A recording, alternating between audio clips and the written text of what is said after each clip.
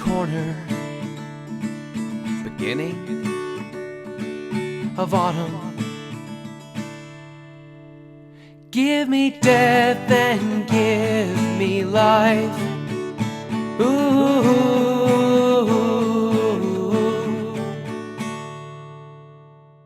Floyd Samson is a person on whom it's not easy to find information.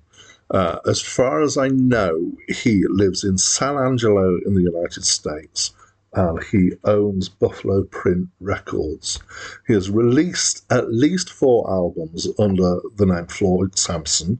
The first that I know of being in 2020. He also records under the names Albedo Mission, which is an ambient project, which maybe has 1 album, and under the name Just a Potato, which the little bit I've managed to find is noise rock of some kind. Hi, my name is Dan. So, welcome to this review. I will just give a quick introduction to tell you that most of the reviews on this channel are of a list that I've come across of the 3,000 greatest albums of all time. Will I make it all the way through? I've done about 810 roughly, so that's not even a third of the way through yet, and it's taken me a couple of years so far, so this is a long-term project, and I have promised myself that basically if it stops being fun, I'm going to stop doing it. But so far I seem to be keep going. Anyway, so that's what I normally do. On this video, though, this is stepping off that list. I do occasionally step off that list, and one of the reasons that I do that is for request reviews. And this is a review requested by a person with a YouTube handle, Cole Walter. Hi, Cole, or however you pronounce it. He's quite a active participant on my channel. He comments quite a bit. And I understand that Floyd, who is the actor Floyd Samson, is his brother. Okay, so this is the second time I have done a review of a Floyd Samson album because it's been requested. I have never. I'm, I'm not quite sure I can say this is absolutely true. I think I have not yet not done a review because an artist requested it. There may come a time when I say, too many artists are trying to get me to review stuff, but at the moment I'm feeling quite benign towards this. So this is the kind of, it's about the kind of third or fourth time I've done this with somebody that's requested one of their own or somebody related to them. I do know over the period that I've been doing these reviews of 6 artists who have seen the reviews that I have done of their albums. And there's always a temptation when I know there's a chance that the artist is going to see it. Hi, Floyd. I know you lurk around on the channel. I know there's a temptation to be particularly nice towards people because I just like people to like me. I'm going to try not to do that. I'm going to try and give an honest opinion. So let's get into it. There's a new release by Floyd, so it's come out this year, and I would describe it as being singer-songwriter with kind of a strong folk, particularly American folk element to it. It's a recording that's, as far as I can work out, is in mono rather than in stereo. Mostly it's acoustic guitar and voice with additional elements to it. Musically, it is basically based on chord structures and singing, mostly strumming. One track's got electric guitar. The last track has got something else right at the end. I couldn't work out what it could be. It sounded like a plucked instrument, but it didn't sound like a harpsichord. Could be a guitar of some kind or some guitar derivative. It didn't sound like a hammered dulcimer to me. Somebody let me know. Cole, Floyd, if you're there, let me know what that instrument is right at the end of the last track. There's bits of piano in there, and then there's some double tracking, so some guitar laid on guitar, some harmony, some echo, and some stuff going on. Most of it's self-contained songs, apart from the track Forest of the Future, which is a multi-part suite, which is something that I'm always quite a fan of. The playing is mostly okay. That makes, yeah, okay. I like it better when he's picking um, the guitar, and that sounds good and it works well. Some of the strumming I found, particularly the strumming which is jing jing jing jing jing jing jing jing, I found a bit. I'm not sure if monotonous is the right word. It just, and then there's the occasional mistake. It's definitely homebrew and home recorded.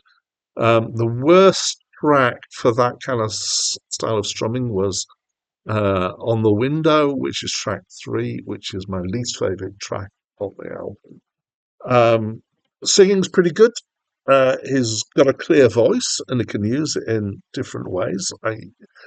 Um, yeah, I decided I actually like his voice quite a bit. He does occasionally have challenges with the tuning, but especially with long notes. Holding the long notes, sometimes it wanders a bit. He's got a very uh, intelligible voice, which means it's easy to hear what he's singing about. Um, so the songs are about various things, but it's fairly sure kind of very clear that he likes God, and he likes trees, and he likes America, and I'm with him with at least two of those.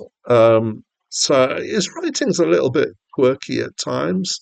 I particularly like the middle bit of in the Forest of the Future, which is about his relationship with the tree, and it starts with him talking from the point of view of him, and then does a bit talking from the point of view of the tree, and I quite like that. Mostly, it's kind of pastoral and pro nature. It's definitely kind of got this feel of being out in the countryside. I'm guessing woods for some of this, but I mean, because it's called Woodlander, that kind of gives you that feeling. Um, Overall, it's got a kind of homebrew feel to it, which is pretty much what it is, I think. But it does have a certain kind of charm. So I listened twice, which is what I normally do when I'm reviewing an album. And the first time I listened on headphones. The second time I listened on a little Bluetooth speaker that I've got. The second listen was the better of the two listens because of the fact that it's basically mastered in mono. So the Bluetooth speaker, because it's in mono anyway, it sounded fine. There are some of the songs, the recording quality is better than others. On the headphones, I'm afraid it irritated me in mono. So I would recommend that it's best listened to on something that's mono because then you don't get that detriment in it. I I am going to do. I try not to do kind of comparisons with other albums with artists, especially with somebody where I'm not kind of expecting other people to have heard his other album that I've reviewed. Actually, I do want to say that the recording quality on this album is better than the previous album that I reviewed of his, and it's pretty good recording quality most of the time. There's a few issues at times, I'd say, with the playing quality. Again, I think that's a feature of being homebrew, and you might like that. To me, there was occasional irritations with that, but not a huge amount. So in general, I would say it's okay. I quite enjoyed it. He's got something going on. He's kind of got a sound. He's got things that he's talking about. As he says in one of the songs, he's got a voice, so he's going to sing, and I'm up for that. And I hope he keeps going. I can't honestly say that I particularly seek this out as something to listen to for my own kind of, oh yes, I'll go listen to Floyd Samson. Maybe it'll happen, but it's less likely than a lot of other things, I would think. But I wasn't, I thought it was perfectly acceptable in general.